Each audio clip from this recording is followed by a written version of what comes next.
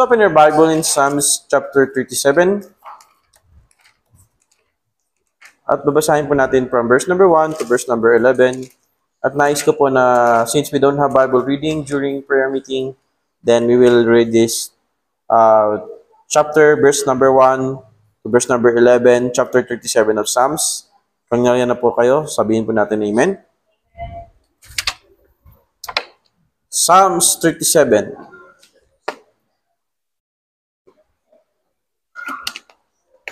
Psalms 37, verse number 1. Fret not thyself because of evildoers, neither be thou envious against the workers of iniquity.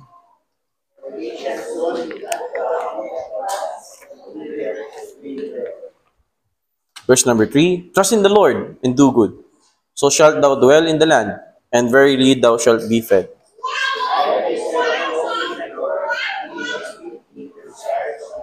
Verse 5. Commit thy way into the Lord, trust also in him, and he shall bring it to pass.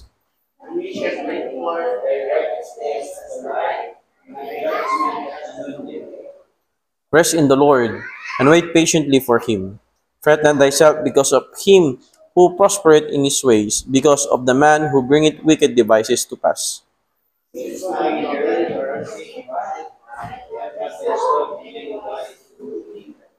For evildoers shall be cut off, but those that wait upon the Lord, they shall inherit the earth.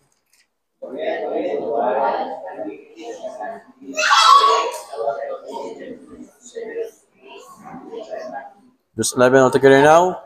But the meek shall inherit the earth, and shall delight themselves in the abundance of peace. O Father in heaven, as we have your word this night, may you please bless us, and the Holy Spirit will speak to us, and give us enlightenment and understanding, and help us, Lord, that your words that we will be hearing this afternoon, may you help us to apply this in our personal life. And all these things we ask in the name of our Lord Jesus Christ. Amen. Makaupo na po tayong lahat. Good evening po. Psalms 37, verse 1 to verse number 11. And this chapter, it talks about a word of comfort to our discouraged saints. Tayo pong mga mananampalataya, kahit tayo po ay na kay Jesus na. Chapter 1 ng Ephesians, pinapaliwanag natin, marami tayong mga spiritual blessings. And then last time, pinag-usapan natin chapter 50, verse 15, 16, na yung mga realities na meron tayo sa Panginoong Jesucristo. Though, tayo ay anak na ng Diyos, accepted in the beloved, ligtas na tayo, pinagpala tayo ng Diyos, at ang daming magandang bagay, mga kapatid sa Panginoon, ang discouragement po, dumadating at dumadating talaga sa buhay natin.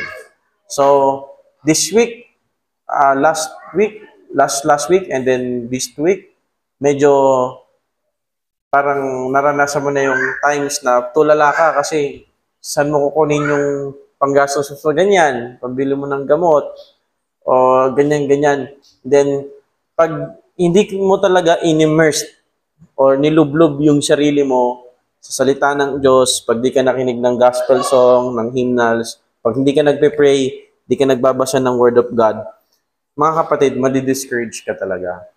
And every time na discourage tayo, ang salita ng Diyos ang makakapagbigay talaga sa atin ng comfort. And in verse number 1 to verse number 11, ito po yung mga pag-uusapan natin ngayon. A word of comfort to the discouraged saints. Ito yung mga salita na kapag tayo ay nadi-discourage, kailangan nating mapakinggan muli. So tonight, are you discouraged? Maybe discouraged ka sa pag-aaral natin, sa trabaho, sa bahay, sa kamag-anak, o ano pa man mga bagay. But ano pa man yan, pakinggan natin na sinasabi ng Panginoon sa pamamagitan ni David. Sa verse number 1 to verse number 11, meron pong command na kailangan nating sundin kapag tayo ay nadi-discourage. There's a command to obey. Unang-una, verse number 1, fret not. Now, itong word na to, hindi natin masyadong ginagamit sa ating English language. What do we mean by fret? Ano kayang ibig sabihin ng fret? But when we say, fret not thyself because of evildoers, wag kang magalit sa sarili mo. Wag, kumbaga sa sa term natin. Huwag kang gil na gil o huwag kang galit na galit sa sarili mo o bugnot na bugnot. Ano pa ba iba nating term? Yung bad trip na bad trip. Banas na banas. Ayan, no? Nakakabanas. Nakakabanas. Parang kanta yung brad, Nakakainis, nakakabanas, nakakabad trip. Fret not, why? Thyself, because of evildoers. Now, sa Book of Psalms, ito yung underlying theme. Yung wicked, evildoers, workers of iniquity, ano pa, hypocrite, etc., etc. Pinag-aralan natin sa Psalms chapter 1, kung naalala niyo sa prayer meeting. Yung ungodly, ito yung consistent underlying theme ng Book of Psalms na palaging kino-compare yung righteous, yung mga saved, tsaka yung mga ungodly. Dito, ang tawag sa kanya, evildoers. Yung mga taong wala sa Panginoon. At makikita natin yung word na fret. Maraming beses dito sa chapter, verse number 37. Makikita din natin yan sa verse number 8. Makikita ulit natin yan sa verse number, nasan pa yung isang fret? So, 3 beses. Huwag kang galit na galit. Bakit? Minsan, ganito tayo gusto natin pangunahan ang Diyos sa papanong mamadaling paraan. Because we don't understand the Bible, hindi natin alam yung salita ng Diyos na meron siyang plano at ano man ang nangyayari sa mundo natin, ang Diyos hindi siya natutulog, aware siya. Bibigyan natin na tayo ng example. Minsan galit na galit tayo kapag yung kandidato natin hindi siya nanalo. Tama? Ako, siguro, may mga taga-UP, PUP dito. Pero kasi kami, ni-raise ako ng tatay ko, ng nanay ko, na kinikwento nila na yung time ni Ferdinand Marcos, parang wala akong narinig na negative. Pero nung lumaki-laki ako, marami palang negative, etc., etc. So, kaya nitong botohan, nung nakaraan, ako ayoko mag-post. Pero meron ako isang friend, which is, I think, kilala nyo siya. Sabi niya, sino iboboto mo? Ayoko kang sabihin, Sister K. Ayoko sabihin kasi ayoko magkaroon ng kaaway. Ang kulit, sinabi ko, si ganito ang iboboto ko Alam mo, tinawag ako bobo. Totoo, promise, pwede kong ipakita yung chat. Tinawag akong bobo. Akala niya daw matalino ako, pero bakit doon daw yung iboboto ko? So, galit na galit tayo kapag hindi nanalo yung kandidato natin. Wait lang. Ang plano ng Diyos, sa Revelations, the kingdom of this, di ba, God, di ba, the king, itong mundo na to, wala to compare sa kingdom ng Panginoon. The kingdom of the world will be the kingdom of God. Mababasa natin sa Bible. O yung thought is, kahit sino pang umupo dyan, pinakamatalino, pinakamagaling. Sabi natin, utak ni Einstein, kasing bait ng ni ganto, etc., etc. Pagsamahin mo sa isang tao, kahit siya pa yung namuno, meron pa rin korupsyon, meron pa rin hindi magandang mangyayari, etc., etc. Hanggang hindi si Jesus Christ ang namumuno sa mundong ito, hindi magkakaroon ng kapayapaan. Kaya mga kapatid, huwag tayong galit na galit.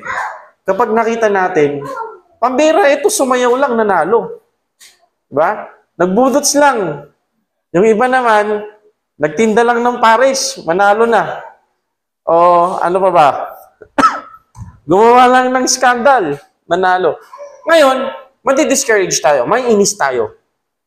Pero, wag yung tipong parang guguho na yung mundo mo kapag yung mga taong mabigyan dapat ng hustisya na hindi dapat sila yung dyan, ganyan, galit na galit ka. Kaya sabi ng Bible, fret not in every areas of our life. Alam niyo po, doon sa kinalakihan ko, ganito din. Lumaki ako Mabuhay Homes din Mabuhay Homes, kami nakatira sa Phase 2B. Pero baliktad, yung Phase 1 nasa pinakadulo. Ganon din dito. Baliktad, di ba? Doon sa may Binangonan, may Mabuhay din siguro. Parehas din yung size ng mga bahay. Doon, kapag ang kapitbahay mo, kasi makikita may bagong, dati kasi Salasit di ba, Salasit? Pagandahan na Salasit. Bagong Salasit Dapat ako din. Pag may maglako na nag-ano ng salasit, hulugan, 150 every week. Kahit wala kang pera, bibilin mo. Bakit? Kasi naiinggit. Bakit? Kasi, bakit siya ganito, ganyan, ganyan. Inis na inis ka. Ang sama naman ng ugali, pero parang mas yumayabong yung buhay niya. Mga kapatid, ang sabi ng Bible, fret not thyself. So, wag tayo maging mainggitin. Pag discouraged tayo, at alam niyo po, na-realize ko sa buhay ko, pag discouraged ka, hanggat maaari, wag ka na muna mag-social media, wag ka mag-Facebook, mag-YouTube, wala lahat. Bakit? Mas maiinggit ka lang, mas madi-discourage ka. Bira, tong classmate ko, meron ng 400cc na motor, tayo nakaklik pa rin. Pwede na sa X-Lex. Mga kapatid, wag muna. Wag kang mainggit. Minsan, naisip mo, ba't kaya kung sino pa yung hindi Kristiyano, sila pa yung mayaman? But then again, fret not thyself. Neither be thou envious against the workers of iniquity. Huwag kang mainggit. Kung ikaw nagtatrabaho, marangal, maayos, hindi ka nakakasagasa ng tao, legal ang trabaho mo, ito lang yung kinikita mo, that's okay. Huwag tayong gumawa ng masama para masabi natin mas nakalamang tayo sa iba. So, fret not thyself. Verse number 2, ang sabi dito, ano ba mangyayari sa mga evildoers? For they shall soon be cut down like the grass and wither as the green herb. Diba? Nung mga bata pa tayo, naaalala nyo, kukuha lang tayo ng stick, tapos no one. Pero tayo, pinaghahampas-hampas natin yung mga damo nang walang awa. Parang ganun, mga kapatid. Ito mga evildoers, ito mga gumagawa ng iniquity, ito mga tao na walang pagkakilala sa Panginoon. Yung sabi ng Bible, they will be cut out like the grass at sila ay matutuyo katulad ng green herb. I-compare sa sitwasyon natin, verse number 9, 10, 11, ano yung tatamasahin natin? Hindi lang magandang bahay, hindi lang magandang sasakyan. Someday, we will go up there to be with the Lord.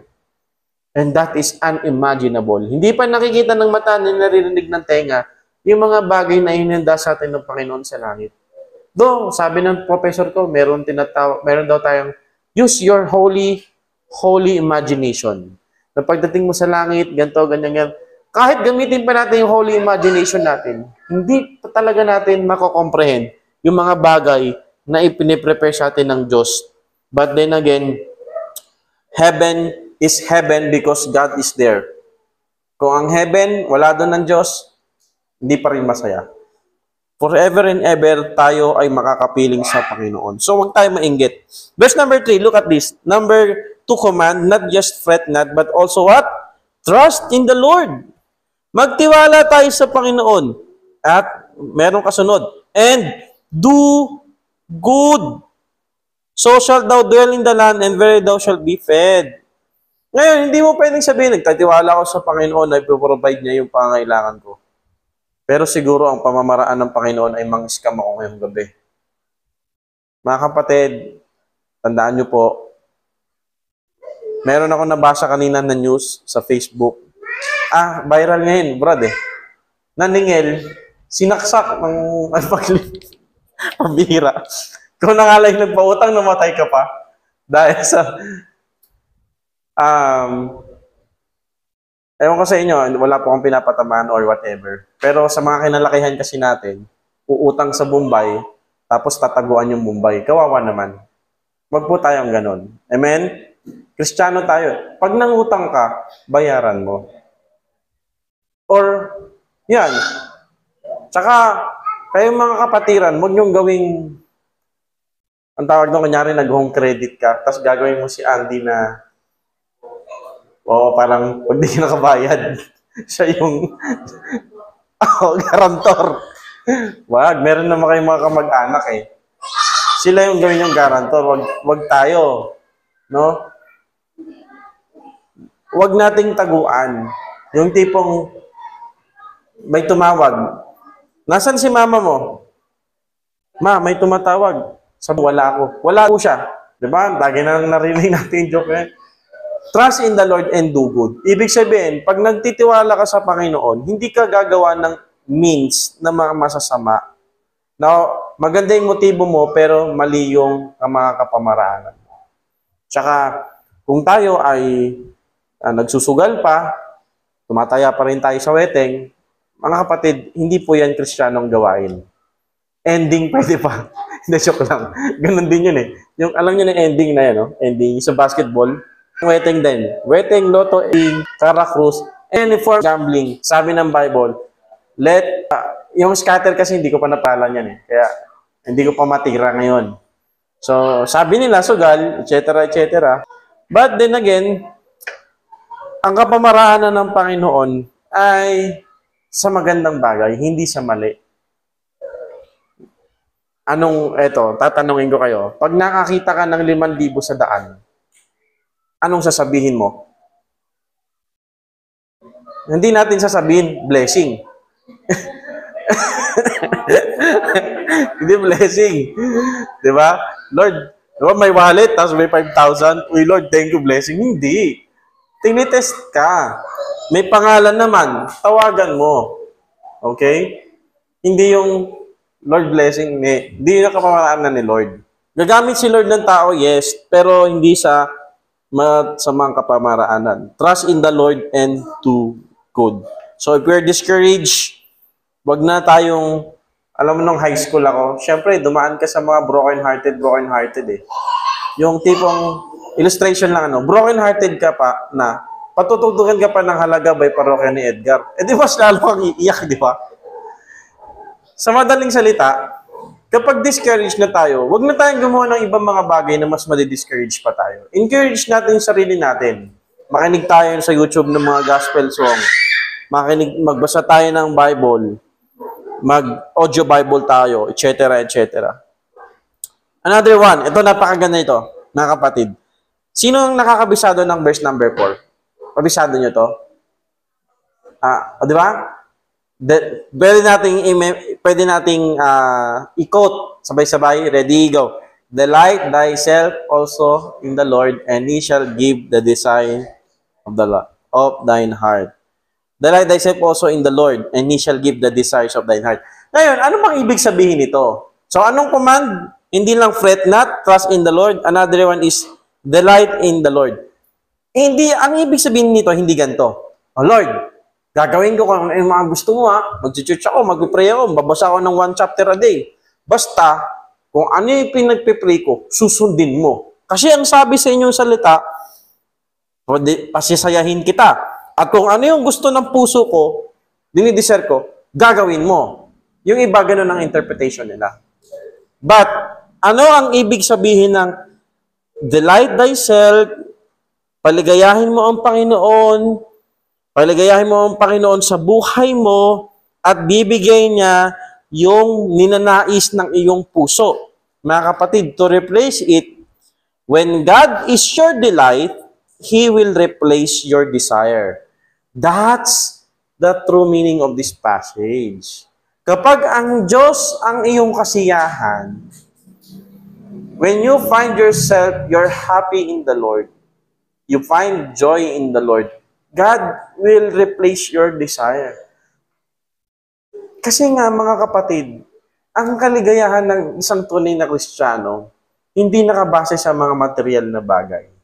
Pero pwedeng marami kang pera, marami kang sasakyan, okay ang buhay mo, pero hindi ka masaya. Yes, at nangyayari yan sa maraming tao. Diba? Si Sarah Geronimo, merong kwento na sa gitna ng concert niya, bigla siyang tumigil. Tapos umiyak siya.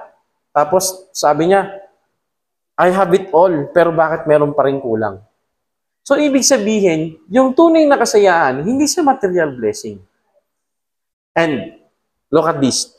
Yung tunay na kasiyahan, yun yung binibigay sa atin ng Diyos na hindi kayang kunin ng kahit kanino man. Na na kahit anong problema, alam mo merong solusyon kasi merong Diyos. At kahit hindi mo man masolusyonan, someday, pag nasa langit tayo, papawiin ng Diyos ang mga luha, mga bad memories natin, wala na, di na tayo magkakasala, and we will be with the Lord forever and ever. Yun ba ay amazing, mga kapatid? Amen. Nakaka-encourage yun. Ang problema, dito lang yan sa lupa. So, when God is your delight, He will replace your desire. I-replace ng Panginoon yung mga ginugusto tayo na hindi niya gusto.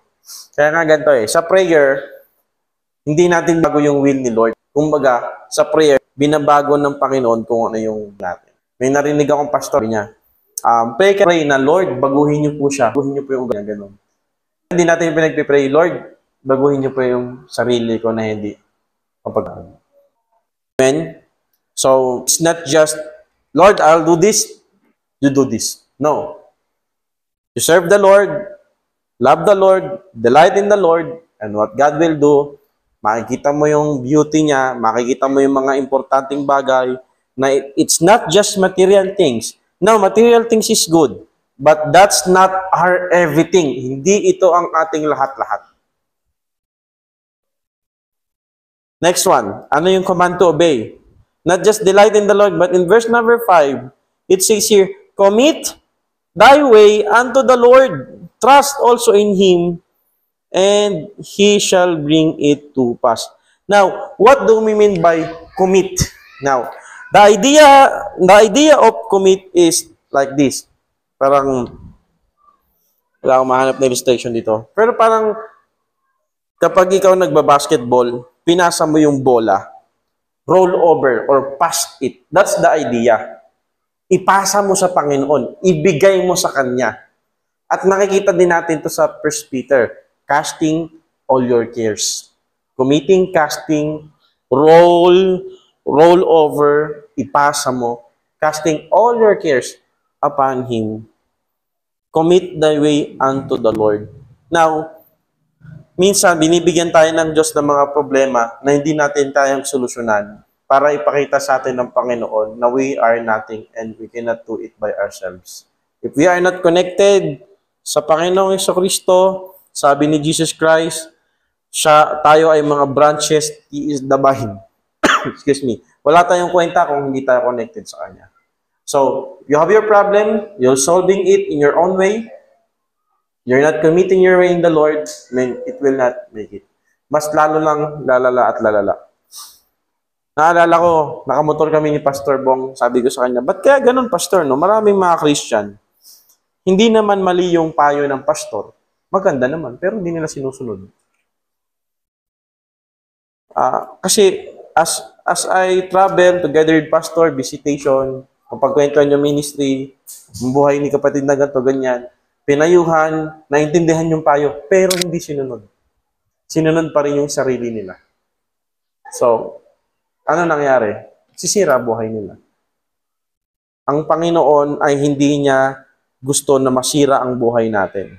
Tayo ang sumisira sa buhay natin because we're not committing our way unto the Lord.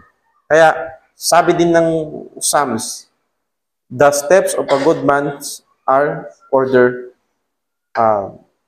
in-order ng Panginoon. Anong ibig sabihin nun? Gina-guide ng Panginoon. Kaya mga kapatid, kung may mga decision ka sa buhay, ipanalangin po natin palagi. At ipapakita ng Panginoon sa panalangin. Ang dami na yan. Ang daming beses ko nang na-try na, halimbawa, noong Thursday, gusto kong pumunta dito sa Cavite, sa Kawit, Cavite, kasi may fellowship ng mga por. Kasi gusto kong magpakilala. Mga kaibigan ni Pastor Bing. Parang salta ako dito, di ko man na sila, hi, ako na yung pastor dito, ako yung interim pastor dito sa mga buhay. Parang gusto ko sa respect ko. Kaso, Lord, gusto kong pumunta, pero hindi ako nakapunta, hindi kaloobin ng Panginoon kasi nagkasakit si Mrs. Kahapon pala yun, ano. Ibig sabihin, hindi kalooban ni Lord. Kung pipilit kong pumunta at iniwan mo yung asawa mo dun sa bahay na walang kasama, worst ang mangyayari. So, papakita ni Lord through circumstances kung kalooban niya o hindi. Kailangan maging discerning ka. Kailangan maging sensitive ka sa mga nangyayari. Yung mga nangyayari sa buhay natin, hindi lang yan aksidente. Again, do you believe this? Walang aksidente sa Diyos. Amen? Walang aksidente sa buhay Kristiyano. Inaalaw yan ng Panginoon sa atin, yung mga sakit, yung mga financial difficulties, mga aksidente. Meron siyang gustong sabihin. And that's God's way na palalahanan tayo, na nanalayon tayo sa Kanya. Another one, in verse number 6, he shall bring forth thy righteousness as the light and the judgments of the noonday. Verse number 7, dito tayo magtatapos. Kasi verse 8, 9, 10, and 11, an example of our points. Rest in the Lord and wait patiently for Him. Again, fret not thyself because of him who persevereth in his way, because of the man who bringeth wicked devices to pass. Another one, not just commit your way, delight yourself in the Lord, trust in the Lord, and fret not, but also rest in the Lord and wait patiently. Mga kapatid, maraming pagkakataon sa buhay Kristiyano natin na matetest ang ating patience. Tignan nyo. Dito ba sa Cavite, ganito din kayo? Kasi sa Cainta, ganito eh. Andito yung waiting shed, pero yung mga tao dito nag-aantay. Hindi sa waiting shed. Di ba? Ganun. Di ba minsan ganun tayo? Ito yung waiting shed, may lilom na, may upuan na, pero hindi tayo doon nag-aantay. Doon tayo sa hindi waiting shed. Ayaw natin maghintay. Pag gutom na gutom tayo, gusto natin ng cup noodles. Ang cup noodles, 3 to 5 minutes para kainin. Pero tayo, inip na inip. Inihigop-higop na natin yung sabaw, kahit hindi pa luto. Napaka-impatient natin, mga tao. Kaya gusto natin ng palaging instant. Instant pera, instant ganito, instant love life, etc. etc. But then again, pag tayo ay Kristiyano na, papakita sa iyo ng Diyos na ang buhay Kristiyano hindi madalian. Merong proseso. Gusto natin, yung way natin pa ganyan. Pero ang gusto ng Diyos, wait ka muna. Mag-antay ka lang. Magantay ka lang. Antay lang. Rest in the Lord. At habang nag-aantay ka, hindi ibig sabihin wala kang gagawin. Ano yung pinapagawa sa iyo ngayon ng Panginoon? Ano yung sinasabi niya? Ano yung talagang visual sa iyo? Ano yung common sense sa iyo? Ano yung talagang pinapakita sa ni Lord na as you wait, you do this and do that. At makatagpo ka ng kapahingahan sa Panginoon. So, ang Panginoon, pwede natin siyang, parang, ang buhay natin parang boxing eh. Diba? Ang Christian life, parang boxing. Pwede kang tumakbo, takbo ka ng takbo, pero hindi ka makakawala. Pwede natin takbuhan yung kalooban ng Panginoon. Lord, ayoko dito. Pero sa Panginoon, hindi ka makakawala. Parang sa boxing. So, as we rest in the Lord, wait patiently for Him. Antayin natin na siya yung mag-move. Huwag tayo. Pag tayo may kaaway, kasi ang context dito may kaaway, gusto natin gantihan. Pero anong sabi ng Diyos? Huwag kang maghihiganti kasi ako maghihiganti para sa'yo. Pag naghiganti ka na, hindi na ako maghihiganti. Yun yung sinasabi ng Panginoon. Vengeance is mine, I will repay thee, saith the Lord. Huwag nating paghigantihan yung mga taong gumagawa sa atin ng masama. Sabi nga nila, silent treatment lang. Hayaan mo ang Diyos. Ipagpasa Diyos natin sila. So mga kapatid, are you discouraged? If you're discouraged, always read the Word of God, especially this Psalm. Fret not thyself, trust in the Lord, delight thyself, commit thy way, and rest in the Lord. And you will find comfort. You are a child of God, nadi-discourage tayo, pero makakatagpo ka ng comfort sa salita ng Diyos. Tayo mag-aantay sa Kanya, magtitiwala sa Kanya. We will delight in Him and commit our way unto Him. Let's go to the Lord in prayer. Let's stand up at manalangin po tayo. Amang Diyos sa langit, nasasalamatan po namin ang kabutihan niyo po sa buhay namin. Bagamat, Ama, na marami po kaming pagkukulang at pagkakasala sa inyo, patuloy niyo po kaming minamahal at binibigyan niyo po kami ng desire na matuto, makilala kayo sa aming buhay. Ama, salamat po at hinayaan niyo po na magpatuloy po kami. Nandito kami na magkapatid, nagpapanalangin sa bawat isa. Patuloy niyo po kaming i-revive. Nawa, sa mga times na we are discouraged, ipaalala niyo po sa amin na huwag po kami magalit kung kanino man sa sarili namin, kundi magtiwala sa inyo. Bigay namin sa inyo yung aming mga lakad. Kami po ay mag-antay sa inyo. Pasahin po namin kayo. We delight you in our life, and you will replace our desire. Thank you, Father. So, brother and sister in Christ, are you discouraged this night? Can you please come to the Lord and say, Father, sometimes, not just sometimes, a lot of times I'm discouraged. And sorry sapagkat hindi ako pumupunta sa inyo. God wants you to run to Him if you're discouraged. So run to the Lord. Let's have a private moment with the Lord. Let's have a silent prayer. And I'll close again.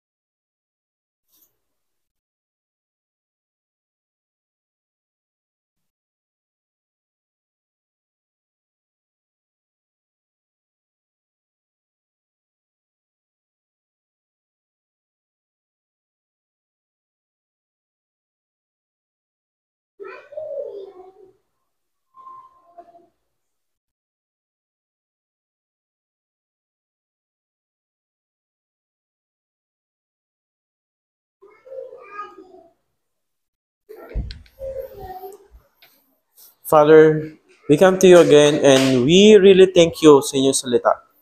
Dalahan ko po na bilang niyo pong manggagawa ay patuloy niyo po akong gamitin na ipanalangin po ang mga kapatiran, mangaral po ng iyong salita, encourage po ang bawat isa. At patuloy niyo po kaming pagpalain in every area of our life. Mga kapatid po namin na nanghihina, palakasin niyo po sila. Na-discouraged, they may trust in you. At ilayo niyo po sa mga aksidente, masasamang tao, ang inyo pong mga anak. At maging ilaw po kami dito sa lugar na ito. Amin din pong pinapanalangin na sa church that you provide all of our need for our fellowship this coming November 1. At ang soul winning camp po sa Brookside din. Ako po may mga young people na makasama po dito. At ganun din po sa aming Lord's Supper. At then ganun din po sa aming anniversary, you provide all of our needs. At bigyan niyo po ng pagkakaisa ang mga kapatiran sa aming mga pagpaplano. Mga young people po, mga anatasang ministry, ay magawa po namin. Salamat po, Ama. May bless our life. And encourage us, Father. And all these things you ask in the name of our Lord Jesus Christ. Amen. Let's request Brother Andy to pray for our offering. Then after the offering, kantahin natin, Thank You, Lord, for saving my soul.